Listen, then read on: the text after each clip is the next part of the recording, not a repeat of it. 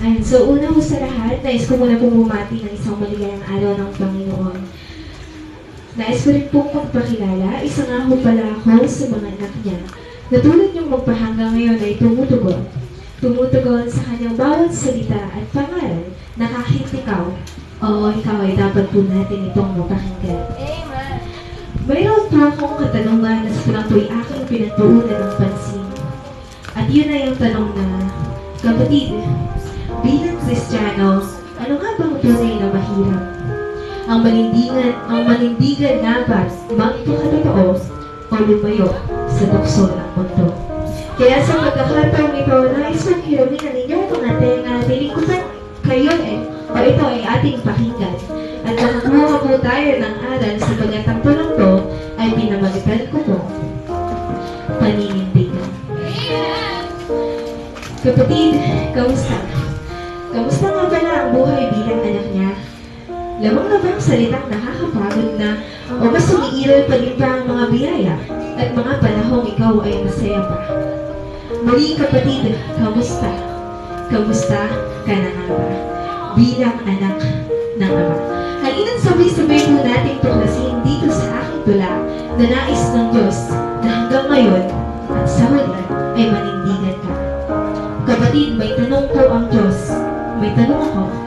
Anong klase ka nga bang Kristiyano? Isa ka ba sa mga anak ni Kristo na hanggang ngayon ay naghihintay pa din sa pagkakamali ng iba?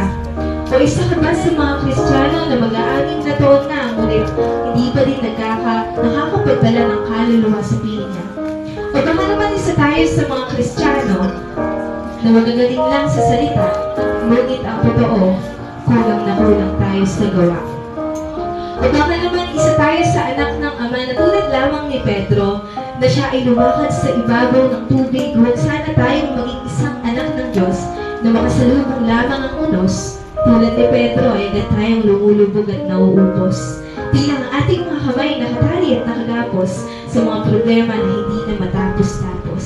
Palagi nating pakatatandaan na kailanman tama ang manindigan, lalo para sa kanyang kaburihan.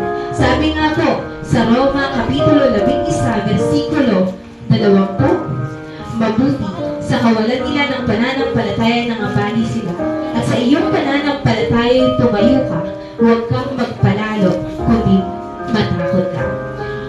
Huwag na tayong maging kagaya ni Cain, na tila nilabon na ng inggit, kung kaya't miski sarili niyang kapatid ay kanyang sinaktan at walang pag-alinlangang kinikilang buhay.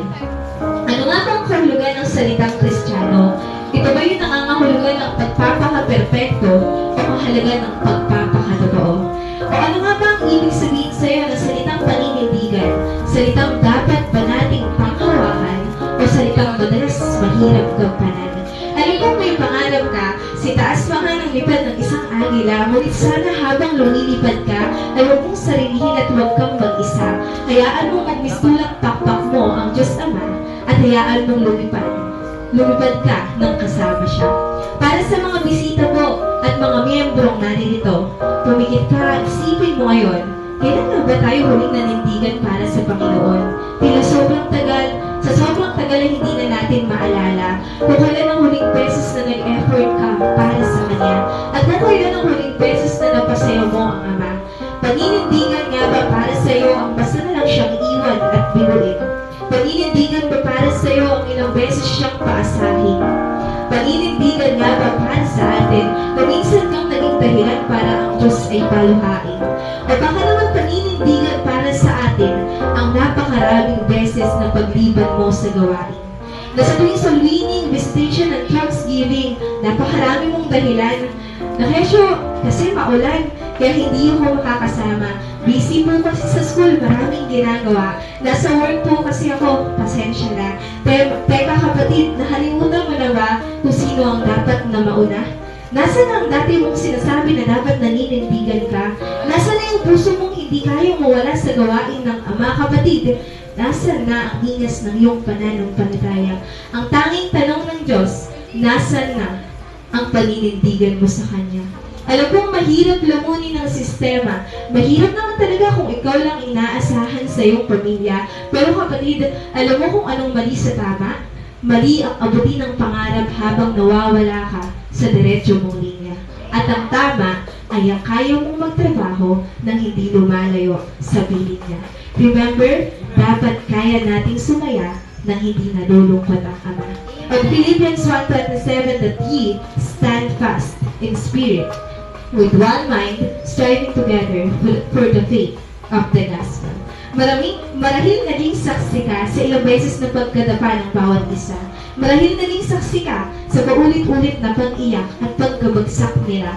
At marahil minsan mo nang nakita ang ilang ulit na pagkakasala ng iba.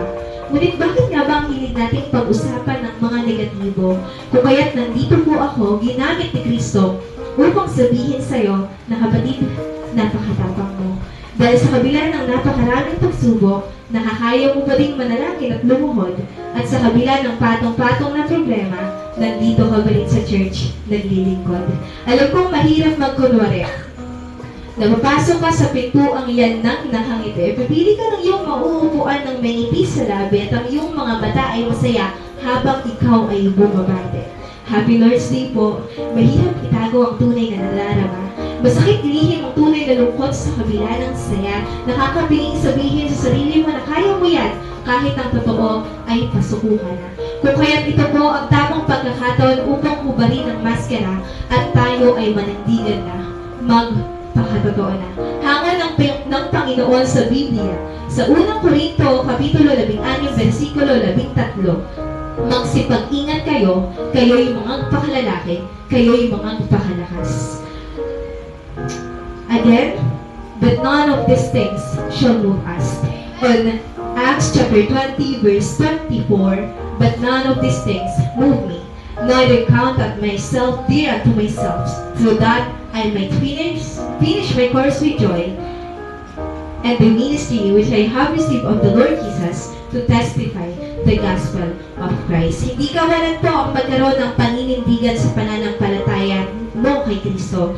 Yung paninindigan sana hindi bilang isang tao, kundi paninindigan bilang isang Kristiyano. Kapatid, mulit-muli, nasa na po ang paninindigan mo? Hanggat kailan tayo magpapahatak sa tukso ng mundo, ang tanging kasagutan, kapatid, ang paninindigan ay ngayon mismo.